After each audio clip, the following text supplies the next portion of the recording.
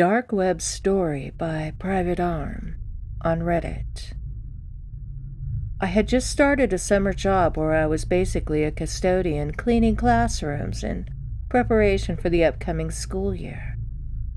My dad worked for the town's district, so he was able to get me this job. I was the youngest one there, as I'm only 20, and there were a handful of people who worked with me. They were usually off doing other tasks like waxing the floors or covering up foul writing on the walls with paint. The schools were completely empty besides the staff who was cleaning. Things were going fine my first couple of weeks. For the most part, I was on my own wiping down desks and dusting while listening to music. It was nice, and I enjoyed not having someone on my ass all day telling me what to do. After I had finished cleaning the middle school, the head custodian had sent another woman, we'll call her Karen, who was my coworker, to start cleaning the high school. She was a slacker who'd often go out to smoke cigarettes, but was a really nice lady. She didn't really care what I did and was always off doing whatever she wanted. So yeah, basically, I was alone. Again, I didn't mind because I liked the freedom, but I was taking up the bulk of the work. A few days had gone by, and I finished cleaning a couple hallways. It was time to move to the basement where the robotics and woodworking classes were. I didn't think anything of it until I got down there. I noticed light was peeking through under the doorway of the classroom. The windows of the class were covered with shades. I found this really odd since it was summer and no one was in the building besides Karen and I. I walked over and peeked in the door window. The lamp was on at the desk, but no one was inside. I proceeded to knock. There was no answer. After turning the knob, I realized the door was locked, so I used my key to open the door. A musty smell flooded my nose. I decided to scope out the room. Maybe someone had forgotten to turn the lamp off. I disregarded that idea when I noticed the computer at the teacher's desk was on.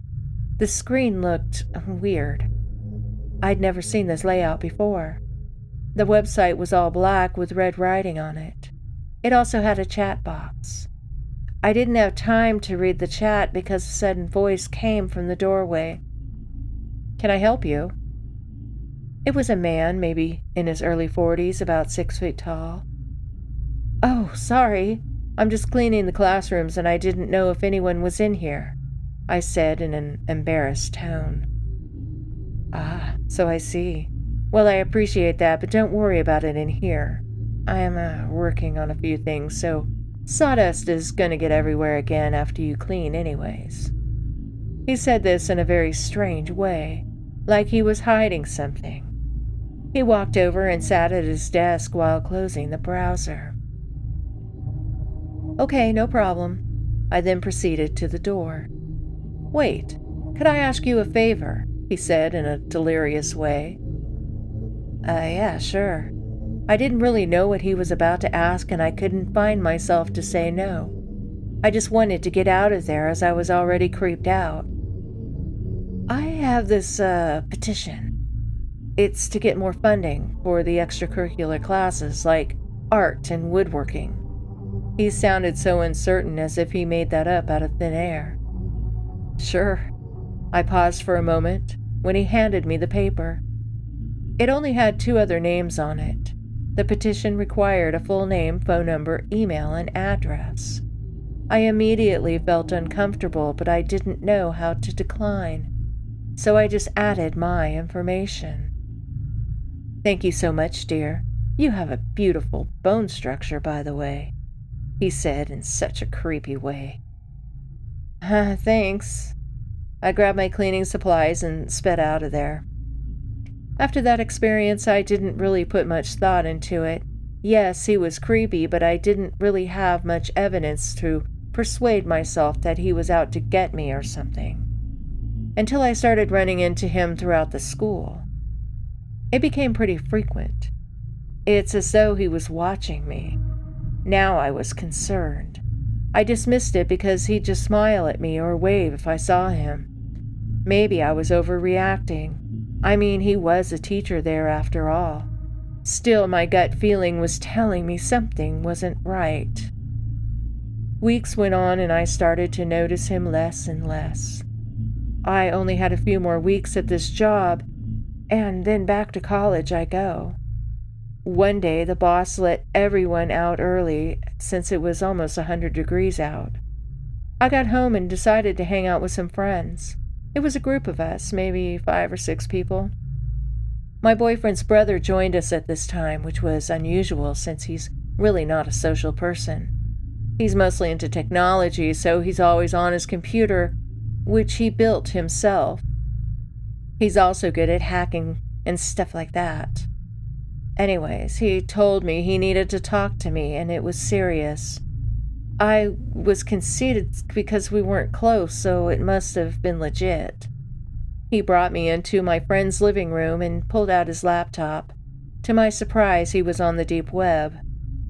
"So, you are up for bid on the deep web," he hesitated. "Wait, what?" I knew how the deep web worked. I would often listen to horror stories, but I'd never been on it, so how would my info even be out there? It suddenly clicked. The web page matched the one I saw in the classroom a month back. I had also given my info to that guy. My heart felt like it dropped to my stomach. I explained this to my boyfriend's brother. He advised me to call the police immediately, which is what we did. They did an investigation on the teacher and found the activity on his computer. Not only that, but he had several other girls' information, along with pictures. Some of the girls were minors, too. There were also wooden contraptions they found in his home, in which he probably made in the shop. He probably planned to use them on these girls. Or me. I was disgusted, but relieved that he was caught. I often wonder what would have happened if the page was never discovered. Would he have kidnapped me and killed me online for these sick people? I don't know. And I don't want to know. I changed my number and moved since the incident. This just goes to show you, you can never give out your personal information.